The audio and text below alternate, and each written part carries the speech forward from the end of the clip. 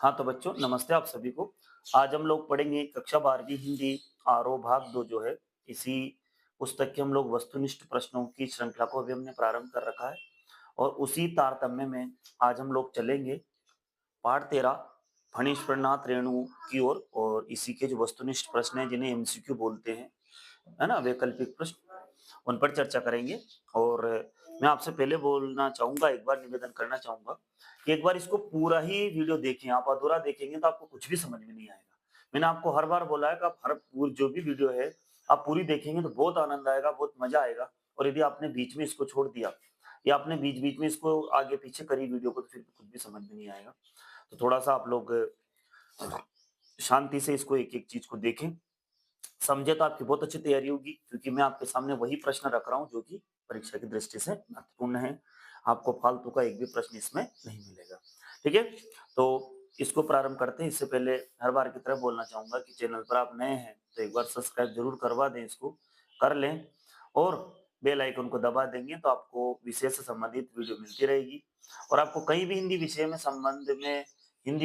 के संबंध में कोई भी समस्या आती है या कोई भी ऐसा बिंदु है जो कठिन लगता हो, तो आप मुझे मेरे कमेंट बॉक्स में कमेंट भी कर सकते हैं। चाहें तो मुझे मेरे व्यक्तिगत नंबर पे फ़ोन लगा सकते हैं और व्हाट्सएप मैसेज कर सकते हैं। मुझे बहुत अच्छा लगेगा आपकी सहायता करना। चलते हम लोग प्रश्न उत्तर की ओर। तो जन्म है इनका 4 मार्च 1921 में हुआ था, ध्यान रखेंगे। कभी भी ये जोड़ियों में पूछा जा सकता है। तो इनका जन्म कब हुआ? 4 मार्च 1921, ओराही, हिंगना, जिला पूर्णिया, अररिया, बिहार में है। इनकी कुछ रचना है जो कि 2-2 रचना हम पूछते हैं और इस बार ये लेखक परिचय की दृष्टि से बहुत महत्वपूर्ण पाठ है, तो मैं इनका लेखक परिचय भी तैयार करवा दूंगा आपको। मेला आंचल, परती परिकथा, दीर्घ तपा, जुलूस, ये इनके रचना है, आप ध्यान रखेंगे। और इनका निधन है वो 11 अप्रैल सन 1977 को पटना में हुआ। तो इसके बाद हम लोग बिना गंवाए चलते हैं प्रश्न उत्तर की ओर। तो अब हम लोग चलेंगे फणीश्वरनाथ रेणु के प्रश्न उत्तर की ओर। पहलवान के ढोलक इनकी कहानी है और ठीक है, ये इनकी प्रतिनिधि कहानियां हैं, आंचलिक कहानियां हैं, ये ध्यान रखेंगे।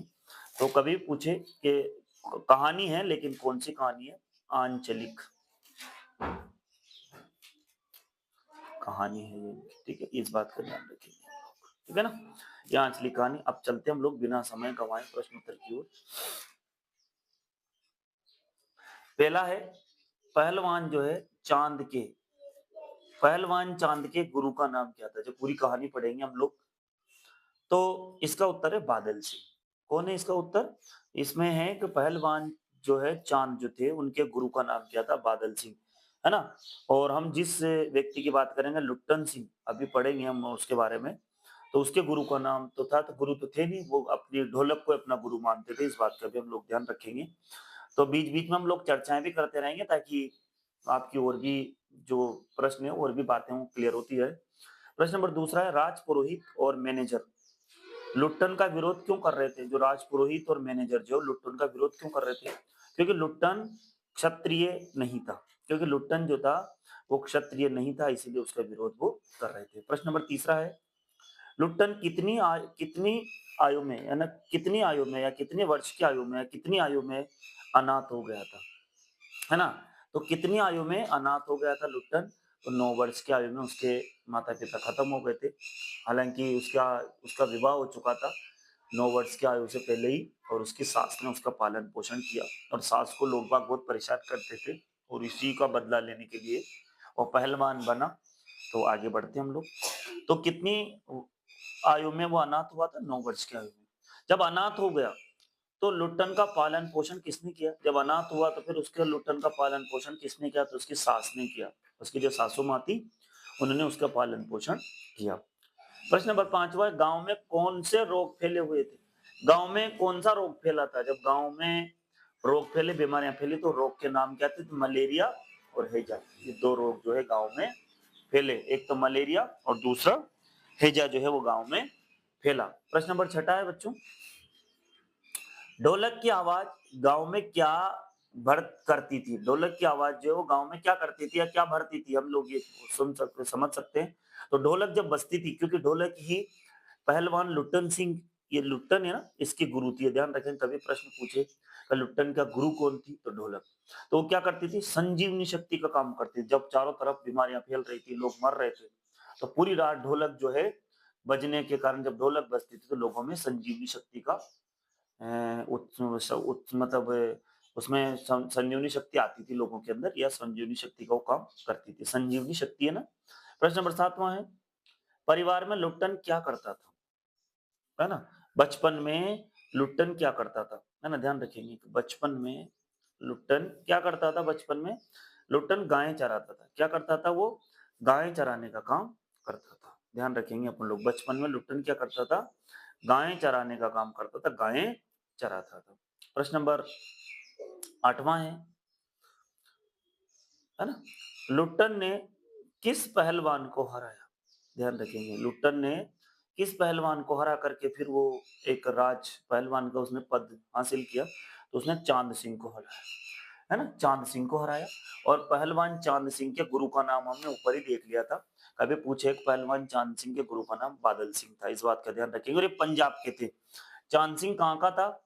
ये ध्यान रखेंगे, तो चांद सिंह कभी भी आपसे पूछे तो पंजाब का था, है ना? तो इसलिए एक प्रश्न और यहाँ आपका मैं याद करवा दूं आपको। आगे देखते, प्रश्न नंबर 9 है, लुट्टन ने चांद सिंह को कहां के दंगल में हराया? ऐसी कौन सा दंगल था जहां लुट्टन ने चांद सिंह को हराया?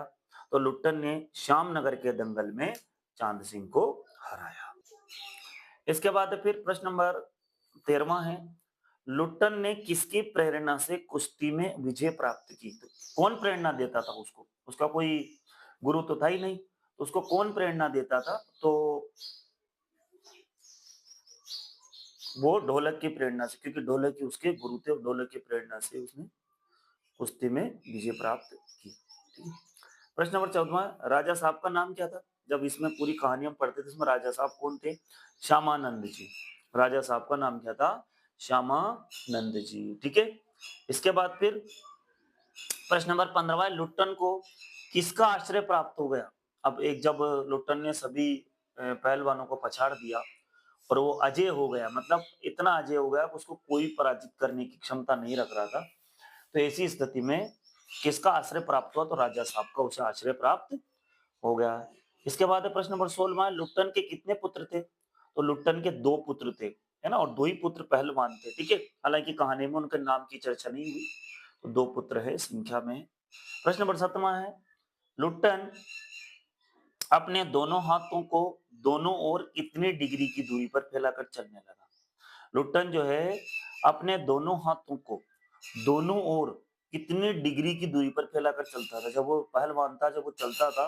हालांकि उसका एक प्रश्न और यहाँ आपका मैं क्लियर करवा देता हूँ, क्या वो शरीर से तो बड़ा हो गया था, लेकिन उसकी जो बुद्धि थी वो बिल्कुल बच्चों की तरह थी।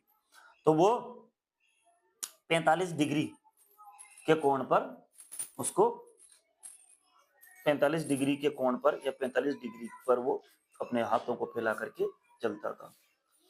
शेर सिंह के बच्चे का असल नाम क्या था? चांद सिंह।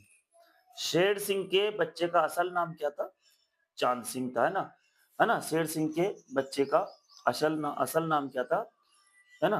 तो चांद सिंह, उसको शेर सिंह का बच्चा बोला जाता था। शेर सिंह का बच्चा, शेर सिंह का बच्चा, उसको एक पदवी थी चांद सिंह की।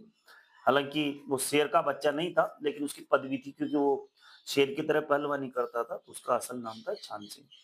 प्रश्न नंबर 19वां है, लुट्टन सिंह ने किस नामी पहलवान को भी पटक कर लोगों का भ्रम दूर किया? और अंत में जो उसने सबसे महान या सबसे बड़े और सबसे मतलब ताकतवर पहलवान को हराया, उसका नाम था काला खां, जो दूर दूर तक उसका था कि इसको कोई नहीं हरा सकता। उसने काला खां को भी हराया और लोगों का भ्रम दूर कर दिया। प्रश्न नंबर 20वां है, दंगल का स्थान किसने ले लिया था? तो अंत में जब राजा साहब खत्म हो गए, उनके बेटे ने राजकाज संभाल लिया, तो बाद में ऐसी स्थिति बन गई, जो दंगल था जहाँ कुश्ती होती थी, उसका स्थान घोड़ों की रेस ने ले लिया। और घोड़ों की रेस ने लेने के बाद जो लुट्टन था उसको फ्री कर दिया, और उसके बाद वो बेरोजगार हो गया। प्रश्न नंबर 21 है, लुट्टन सिंह का होल इंडिया कहां तक फैला हुआ था? होल इंडिया जो है, लुट्टन सिंह का होल इंडिया कहां तक, एक शब्द आया था इस पूरी कहानी में, होल इंडिया। होल इंडिया का मतलब था पूरा भारत, लेकिन लुट्टन सिंह के मामले में एक जिले की सीमा के बराबर था, मतलब एक जिले में ही उसे लोग जानते थे। लेकिन वो उसके बारे में कहावत थी, उसे होल इंडिया के लोग जानते हैं, लेकिन उसकी होल इंडिया की सीमा थी एक जिले के बराबर। प्रश्न नंबर 21वां है, राजा ने लुट्टन को कितने रुपए देकर मेला देखने को कहा? राजा ने लुट्टन को कितने रुपए देकर मेला देखने को कहा? तो राजा ने 10 रुपए देकर के उसे कहा कि आप मेला देख के आओ, लड़ाई वड़ाई नहीं करनी, इस तरह से उसे समझा और उसे 10 रुपए देकर के मेला देखने के लिए भेज दिया। प्रश्न नंबर 22वां, चांद सिंह कहाँ से आया था? ये देखो, अभी अपन ने बताया, मैंने वहां बताया था ना आपको, पंजाब से। पंजाब का था चांद सिंह, और चांद सिंह को ही लुट्टन ने हराया था, क्योंकि वो चांद सिंह अभी तक अजय था और आज लुट्टन से वो हार गया। मतलब इस कहानी के हिसाब से वो लुट्टन से अंतिम बार यदि हारा तो वो लुट्टन से हारा, है ना। इसके बाद 23वां है, लुट्टन सिंह अपने दांव पेंच की परीक्षा किस आधार पर करता था? अब मान लो लुट्टन सिंह का कोई गुरु तो था नहीं, तो वो अपने दांव पेच की परीक्षा किस आधार पर करता था? वो ढोलक की आवाज पर अपने दांव पेच की परीक्षा करता था। इसके साथ ही बच्चों, प्रश्न नंबर 24वां है, लुट्टन कितने साल राज पहलवान रहा? मतलब वो राज पहलवान जो रहा, राजा के आश्रम में रहा, तो कितने साल तक रहा वो? तो वो रहा 15 साल तक। ध्यान रखेंगे, जब 15 वर्षों तक वो राज पहलवान रहा। 25वां प्रश्न है हमारा, जो अंतिम प्रश्न है, टेरिबुल, दो शब्द आए इसमें, आपने देखा होगा टेरिबुल और होरिबुल। तो टेरिबुल का मतलब बेकार, खराब या बहुत खराब, बहुत बुरा, और होरिबुल का मतलब बहुत बुरा, क्योंकि जब राजा साहब का लड़का कहता है कि ये तो इसको यहाँ रखना टेरिबुल है, तो उसके जो कर्मचारी कहते हैं होरिबुल, यानी नहीं सर, बेकार नहीं, बहुत बेकार है, फालतू का खर्चा है। तो इस तरह से ये हमने यहाँ पर इसकी प्रश्नों को देखा, और इस पाठ में एक दो प्रश्न और लग रहे हैं मुझे, तो इसको देख लेते हैं हम लोग। जैसे पुस्तक है, इसी पुस्तक में देखते हैं। इनका कभी पूछा आपसे, तो सन 1954 में उनका बहुचर्चित आंचलिक उपन्यास मेला आंचल प्रकाशित हुआ, और जिसने हिंदी उपन्यास को एक नई दिशा दी, और हिंदी जगत में आंचलिक उपन्यासों का विमर्श मेला आंचल से प्रारंभ हुआ।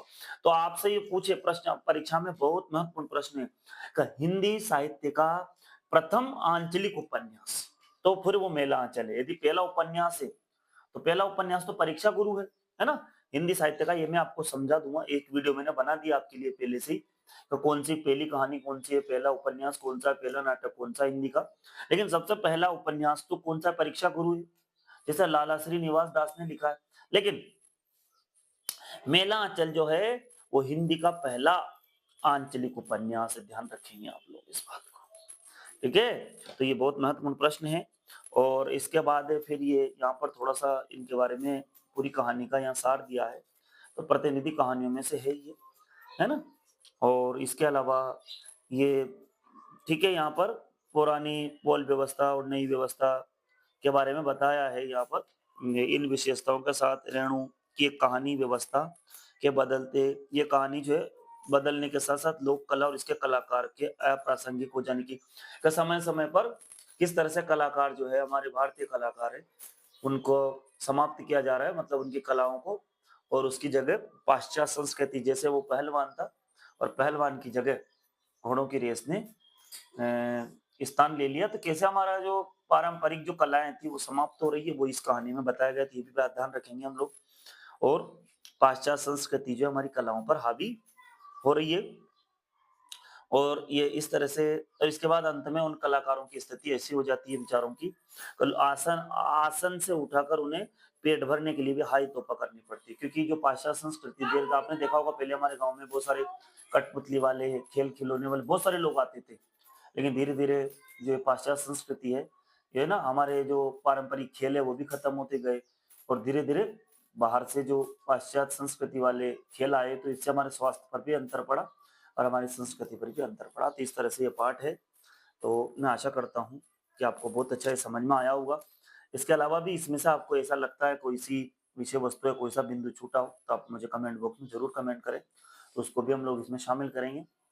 और आप लोग वीडियो देखते हैं, बहुत अच्छा लगता है आप लोगों को, तो आप कमेंट जरूर करें, हर वीडियो को लाइक जरूर करें, ताकि मुझे पता चलता रहेगा कि आप कौन कौन सी वीडियो देख रहे हैं। और जो भी आपको प्रश्न है, आप मुझे कमेंट बॉक्स में कमेंट कर सकते हैं, या फिर फोन लगा सकते हैं, व्हाट्सएप मैसेज कर सकते हैं, बहुत अच्छा लगेगा आपका यदि मैसेज आता है तो। तो इसी के साथ ये वीडियो हम समाप्त करते हैं। आप सभी का बहुत-बहुत धन्यवाद।